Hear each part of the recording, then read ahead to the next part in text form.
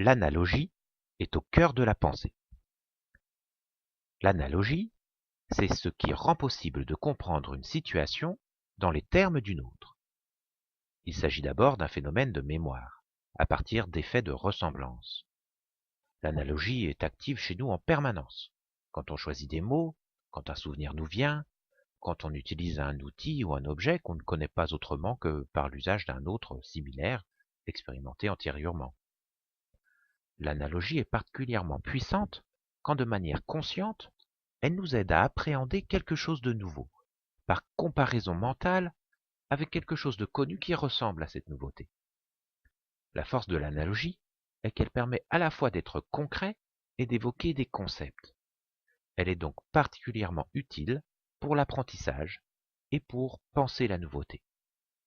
Bien sûr, il y a des conditions pour qu'une analogie soit pertinente et efficace.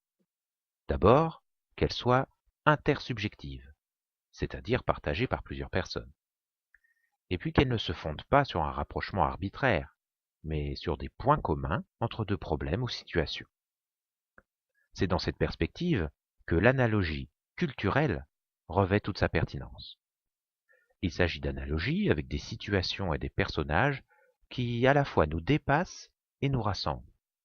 Nous dépassent en réinscrivant notre problématique immédiate dans une perspective historique qui permet de sortir de contingences enfermantes, de casser les barrières mentales de notre environnement et de se rapprocher de cas remarquables par leur excellence intemporelle. Des analogies qui nous rassemblent, car la culture est ce qui nous relie. Les exemples, les situations, les personnages évoqués font partie de notre culture commune et s'appréhendent et se partagent d'autant plus facilement. Alors, comment oser l'innovation comme Pasteur, acquérir l'excellence commerciale du Tintoret, s'adapter pour convaincre comme Gandhi, exprimer son leadership comme les généraux de la Révolution, tirer des leçons de stratégie de Game of Thrones, se réinventer comme Picasso, améliorer sa compétitivité comme Colbert. Voici quelques-uns des nombreux cas issus de l'histoire, des arts, des sciences ou encore de la pop culture, dont nous mobilisons les enseignements retranscrits de manière très concrète et actuelle pour des acquis réellement opérationnels.